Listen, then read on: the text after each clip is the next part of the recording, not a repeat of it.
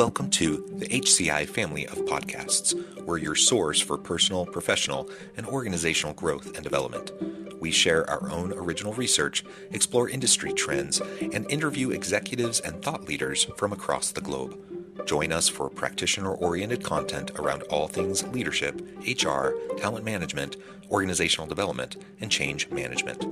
Maximize your personal and organizational potential with the HCI family of podcasts. Larry Durham, welcome to the conversation today. Good to be with you, John. It is a pleasure to be with you. You're joining us from Texas. I'm south of Salt Lake City in Utah. Today, we're going to be talking about your recent book, The Judgment Void: How AI is Dismantling the One Human Capability It Cannot Replace. Such a timely topic, such an important topic, and I'm thrilled to have a chance to sit down with you and explore this together today. As we get started, I wanted to share Larry's bio with everybody. Larry Durham is president of St. Charles Consulting Group and a recognized leader in enterprise learning and talent development. Over 30 years, he has partnered with large professional services firms and Fortune 500 companies to build innovative talent solutions that deliver measurable results. Before founding St. Charles, Larry spent a decade at PricewaterhouseCoopers as a learning practice leader with Human Capital Advisory Services. He is also co-author of The Talented Fueled Enterprise. And I could say a whole lot more about Larry and his background. Check him out on LinkedIn. So many really cool things. But Larry, I'm going to give you an opportunity now. Anything you would like to highlight by way of your own background, personal context before we dive on it? You gave a really good overview. The only thing I would add is I've been in the learning space now for almost 35 years. It's hard to believe, but this topic is really exciting to me, and it's coming up a lot because, like everything in the world, AI is changing it, and learning and talent and development and judgment are all changing. And so it's an exciting topic, and I hope it's relevant for all the listeners. Absolutely. Absolutely. Well, one thing I always love to ask authors is why this book? Why now? Now, part of that question, I think, is obvious. AI is on top of everyone's mind, right? So I think clearly that's part of at least why you wrote this book. But yeah, why this book? Why now? Books are labors of love. They take a lot of time, energy, sweat, tears. What was it that you and your co-authors, felt like this book had to get out here right now? That's a great question, John. And it's funny, sometimes you start with this really, really broad topic and you say, okay, how do we whittle this down? What's interesting about the judgment void is we engage with a number of firms. The big four are our largest clients, a lot of auditing practices. So we work across many industries, but we do spend a lot of time. We were born out of professional services. And so we spend a lot of time on consulting and tax and audit and other things like that. And we were doing projects with audit where I still remember we were on a project on with a client, and they said, by the way, 40% of the work that our auditors do next year will be done by AI. And I still remember that night going to sleep, and I was thinking, that's such a simple comment, but all of a sudden the implications, right? Like throwing a big rock in the lake, the ripples just go and go and go. And so what we started to do was, what are the implications of that? How does it change structures? What does it mean for how people work? How does it mean for how they learn? That's the number one question I always ask is, how do people develop as a result? If that were the implication, what would need to be true, and what are the risks that we're going to face? And so it was that kind of seminal moment where I realized it wasn't just that firm, it was many firms that were, sister companies or look very similar to them. And then beyond, every company that's eroding early career work is creating true efficiency that's better results and more efficient, but there's something happening behind the scenes that not a lot of people are talking about. And that's what precipitated and prompted us to write the book, was maybe to highlight this judgment void that's starting to form. And so that was kind of the genesis of how the book came to be. Yes. And there's lots of conversation around the early career work and those first couple rungs of the ladder, right? Kind of disappearing.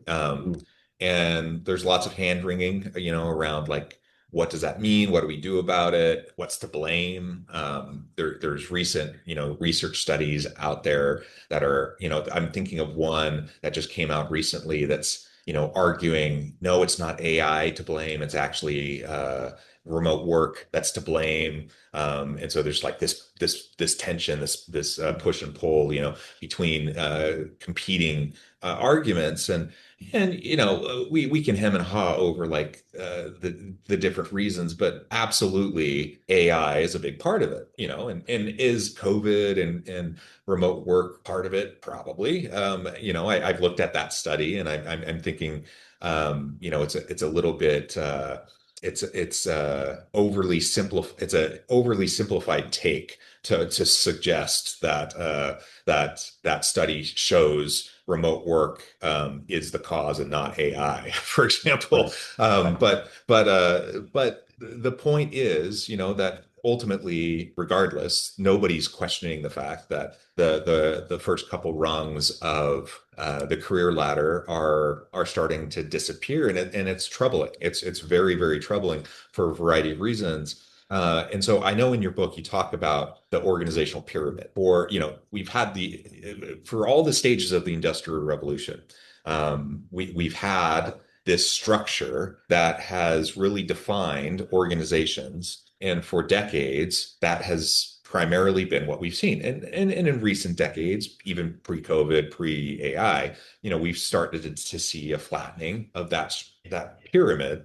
But over the last few years, we've seen even more of a disruption. And now because of these rungs of the ladder starting to disappear for early career professionals, there's, what do you make of this? Like, how are we starting to see this changing shape of organizational structure? What does it mean for like career and job redesign, and what role does AI play in all of that? Yeah. One thing before I answer that, just thinking about what you just said, AI is here to stay. No one's Yeah. questioning that, right? And it is, let's call it progress. Some may argue whether or not it's progress. It's progress. The irony of AI these days is it's an enabler, a massive Hmm. enabler, and then it's a disruptor, Yeah. and then it's an enabler to the disruption, right? It's kind of Yeah. this, a little bit frenetic in terms of, what it is on what day and how you look at it. And so to answer your question around structurally,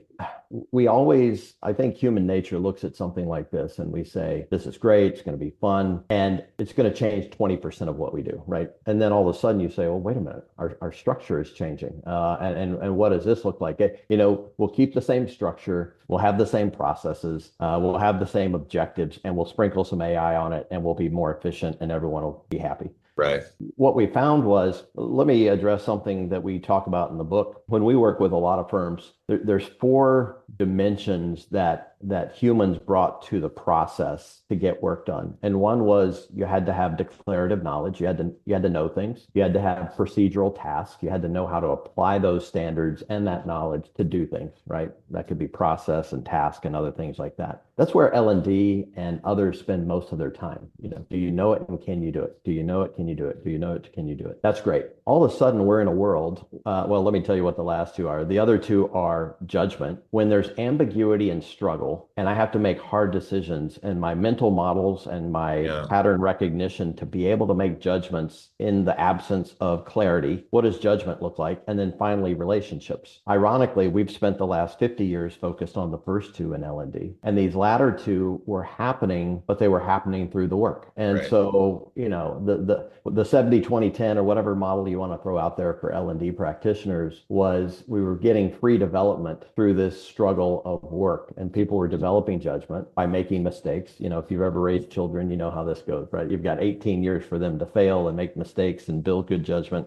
It's the same thing in work. But what's happening now, guess what kind of work AI takes? If it's declarative knowledge, so if it's well-defined knowledge and there's procedures and tasks and processes to apply that knowledge in any given framework, like when this happens, you do this, when this happens, you do this, that's the work AI does. And that's the work that early career does. So we're doing two things. We're getting more efficient. We're getting better outcomes. We're not getting worse. We're getting better outcomes. It's just like when you fly an airplane and it's a smoother flight. The autopilot does a better job thousands of times a second. And so what's happening is the unemployment rate amongst early career, 3 years out of college is double what the rest of the population is. And people are saying, well, what's happening? It's clear. Declarative knowledge and procedural tasks are being picked up by AI. That's problematic. But the bigger issue is they're not developing judgment and they're not forming the relationships they need. And that's kind of the hypothesis of the book is that there has to be a way to go back and help with that. And it's not what even L&D is doing these days, right? Declarative knowledge and procedural tasks. It doesn't mean we don't need to know it anymore. You have to have those things. But the fact is AI is doing much of that. And when you get to a point of overseeing AI's output, if I've never experienced it myself, my judgment's going to be very thin. And that's what we're starting to see. Yeah, interesting. And the relationship piece, the wisdom, the ability to deal with ambiguity, those elements. When I think about the judgment void, the title of your book, I mean, Mm. those seem to be the pieces, right? That are the core human capabilities that are going to be necessary in as we continue to move into this AI world, right? Right.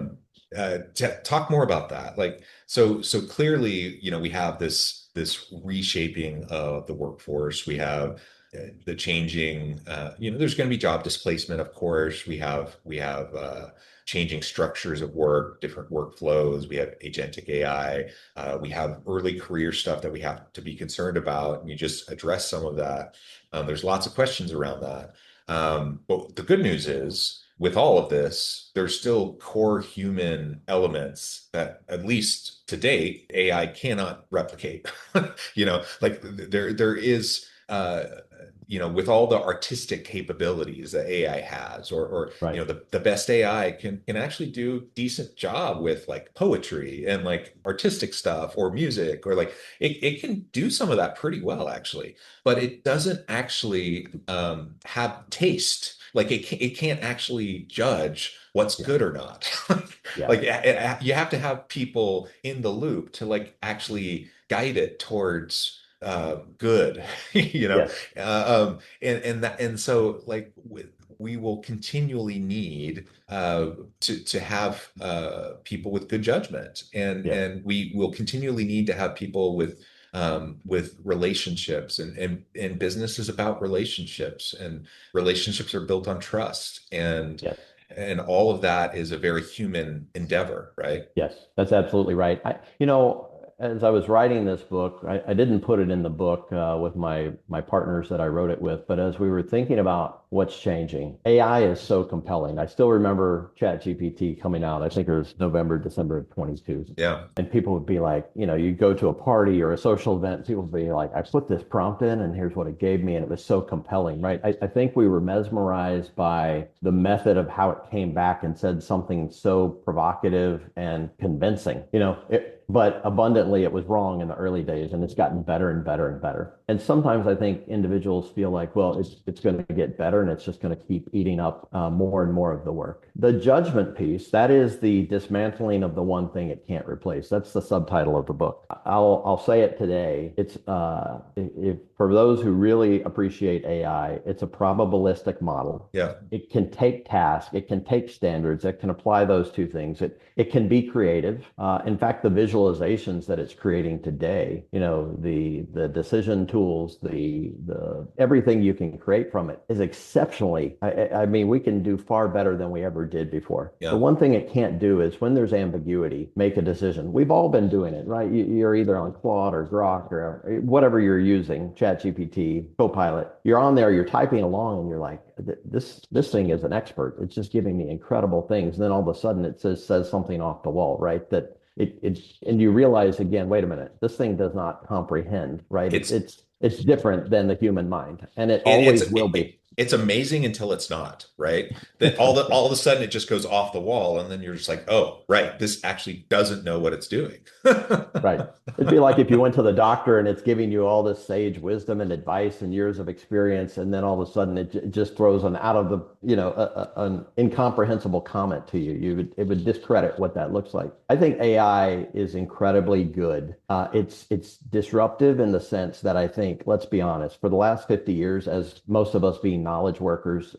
Most people listening to these podcasts probably are in the knowledge work, maybe in the manufacturing and other spaces. But the knowledge work, I think people got comfortable. No one can do what I do. No one can make decisions like I make decisions. AI can make decisions based on knowledge and task. The judgment of these pattern libraries of things that I've done in the past to say, this informs me. When we talk about wisdom, intuition, tacit knowledge, there's even professional judgment. I'll be honest. I think some of the big firms we work with, it's almost like a cloud. We need professional judgment. What does that mean? Well, I'll know it when I see it, but you can't really define it. That's one thing we've started doing in the audit space. We've begun defining the 90 plus judgments that you make. Now, that doesn't mean that AI can then look at those and make those judgments. It's forming what that looks like, and it's actually giving individuals the opportunity in simulated environments. And this is where it feels a little awkward to us. In simulated environments, not only can we backfill it, we think we can accelerate it, because otherwise, what's going to happen? You're going to have people who aren't doing early career work. They're going to show up at the manager level somehow, and they're going to oversee work that they haven't done, and they're going to have very little judgment, insight, or muscle to flex. Right. When AI is super convincing and it says, well, it reads really well, so let's let it go. And who hasn't seen an article where a big firm has let a citation fly by through AI that doesn't even exist, right? It's Right. so compelling that the judgment and the discernment have to be there, especially in organizations. If you think about it, there's two exemplars we've had for a long time. One is medical. Yep. We've had a residency program for a long, long time. And in the book, I spent a lot of time with an old friend of mine who ran flight training for one of the big airlines. And he acknowledged that automation bias was a problem. How can you not get comfortable when everything goes well? The problem is when it doesn't. How do you say, well, the gauges look right, but the instrumentation looks right, but we're taking a nosedive? I can't say, well, the instruments look right, so we'll just go with it, right? You have to start dissecting what's going on, applying judgment. And in a lot of the clients we serve, audit as an example, their job really is applying a standard and applying professional judgment. It is the heart of what they do. When the standard doesn't define it, same thing in medicine or same thing in aviation. When it's not in the manual, what do I as an experienced human do to make good judgment and good decisions for the welfare of my patients, the financial markets, my clients, those kind of things? And I think that's why judgment is paramount. It's something we haven't talked about a lot, but it's become a lot more prominent all of a sudden in the age of AI. So coming back to what we were talking about just a little bit ago, judgment being so important, how do we work on developing that judgment if we don't get the repetition early career? Yeah. Or even, I mean, I'm an educator, I'm a professor, and in the university setting, I mean, people are joking, about how the new I had to walk to school in snow uphill both ways, like that trope, that like maybe previous generations might have joked about. Like now it's like I had to go graduate from university pre-AI, like so now the whole thing is like do university graduates, are they even developing the skill and the judgment in the university setting now because they have these AI tools? Are they getting the same kind of judgment and repetition in the university setting, that we were hoping students would be getting through writing papers and doing Yeah. research projects and doing, case studies and like all these sorts of things? Like it's the big wake up call to higher ed, right? Like now higher ed's getting disrupted and having to kind of reform as well. So higher ed is in question, right? Now early career is in question. Like, how are young people going to develop the judgment so Yeah. that because they will Yeah. end up in managerial roles. They have to, because eventually the other employees are going to age out. Like they can't work forever. So eventually, there will have to be Right. people that go into those roles. How are they going to have the judgment to be able to be in those roles to oversee all the agentic stuff that's doing a lot of the work? Yeah, that's a great question. Probably a part of our book addresses that, and it's a book unto itself. You said something that kind of gave me a flashback. When I graduated college was the year that the internet became commercially available. So my kids, marvel at that, right? Like, how did you get through college without the internet? Well, we had to go to the library, right? It was a different time. I also remember it wasn't that long ago, right? Maybe 10 years ago. I don't even remember the stat. something like 50% of jobs first graders will take don't yet exist. Right. That probably applies to freshmen in college now, right? 50% of the jobs that a freshman in college will do don't yet exist. That's quite probable. The speed at which things are moving is changing. I think higher education was already coming into question in terms of the value, right? How much it costs, at least for the last 10, 15 years, it was, can Sure. people even afford it? Is it worth it? What does it give to you? Some of the clients that I work with, and we work with very prominent, well-known clients. We were already hearing they would love to hire for the prominence and the goodness of the degrees. They hired from the highest business schools, the most recognized business schools. And even then, they would say, you know what, we bring these people in. They're really sharp people. They know a lot of things. But you know what they hadn't done? They hadn't actually applied the process, in the manner in which it's done. As I said, we work a lot in the audit space. So they would come out with a master's of accounting. So they know all the standards, they know how accounting works. Now all of a sudden they're going to use a very detailed, specialized, tailored methodology that each of the big firms have, right? So the task piece has to be learned. And what was happening was the project that we started that was the genesis of this book was we used to have something called apprenticeship within our models and it went away, right? Right. And what they Right. were saying is even in a fast-paced, well-respected world, they were like, apprenticeship is going away. And what's that looking like? And all of a sudden, when 40% of the work goes away to AI, what's this going to look like? And they started using a term, John. They said, we're going to a diamond model. Mm. Okay. What does that even mean? Okay. So a geometric diamond. And it was basically saying what we were talking about earlier in the podcast. We're not going to hire early career people. We don't need to, right? But we will retain people at the manager level to make judgments and oversight. But that sounds good until about 2 or 3 years in, when all Yeah. these people that are in the low level of the diamond, you don't have enough people to fill the middle, and that model doesn't work. So Yeah. the pyramid to a diamond sounds very appealing. It's more efficient, more profitable, all those kind of things, but there's a developmental void. And that gets to your question. If we erode what I'm going to call, in the book, we call it developmentally dense work opportunities. I'm not saying that everything you do in year 1 and 2, when you go home to your spouse or your family and you talk about the things that aren't adding value, those aren't developmentally dense. They're administrative, but maybe you learn from them. It's the ones where you have to make decisions. Sometimes they're right, sometimes they're wrong. You remember the things that were wrong and you remember them later on and you apply them with other things and you make better judgment over time. That muscle you're building is through experience.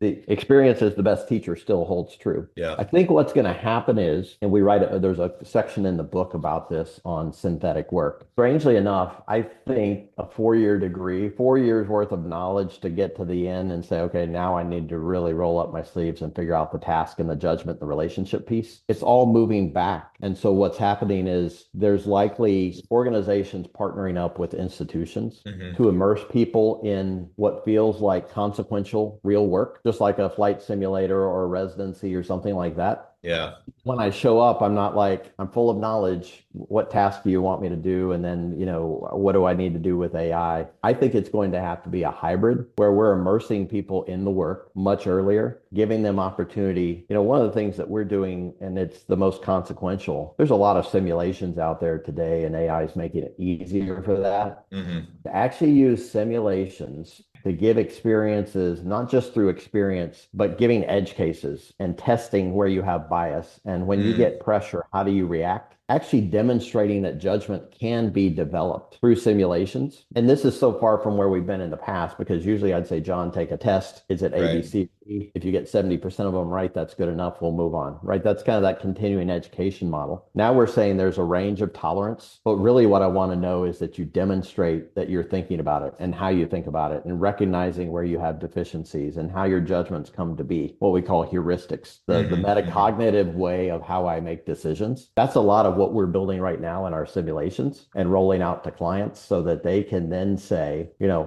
are our people forming judgment in the absence of early career work? And the reason that we wrote the book and that we started down this path is one other thing in some of the industries, audits specifically, is the regulator says starting in December of this year, so what, we're four months out, you have to demonstrate to us that you have mechanisms in place to help judgment form amongst your people. Mm. That's hard to do, but in the absence of, when you say, hey, we're going to a pyramid and all the developmentally dense work is not going to happen anymore. In reality, that's almost where all the judgment began to form in the early days, then the apprenticeship, then the execution, then the follow-on work. So really what we're trying to tackle here is a simulated environment where judgment can form, and we help people through the process to, in essence, do what they were getting for free before. And that's the part that is the new model, the new way of working, because without it, we can't think of any other way for judgment. I can't give you a chip implant or something that gives you judgment. As we said, AI can't come up with what the judgment is. That's through experience and through struggle, perturbation, as we call it in audit, and Yeah. deficiencies and other things like that. That all has to work together to build that muscle of judgment. Yeah, yeah. I love it. I love it, Larry.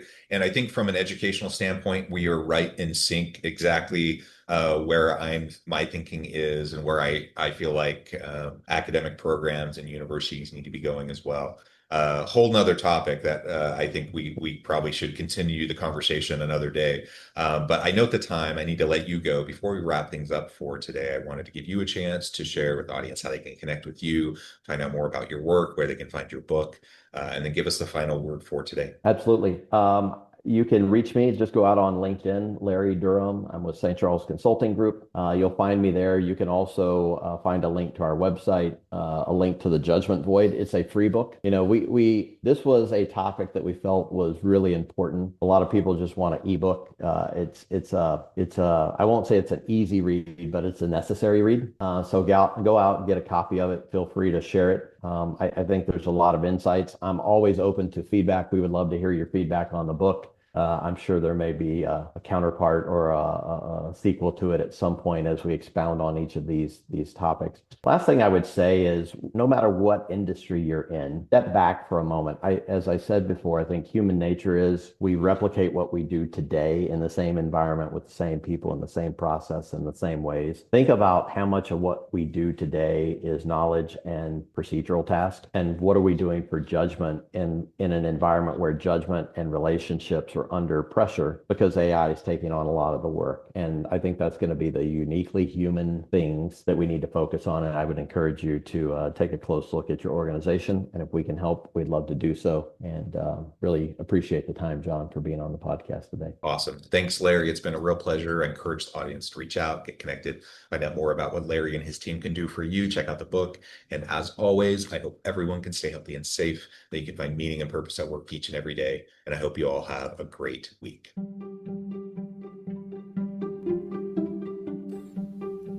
Thanks for joining us for this episode of the podcast. We hope you stay healthy and safe, and please join us again soon.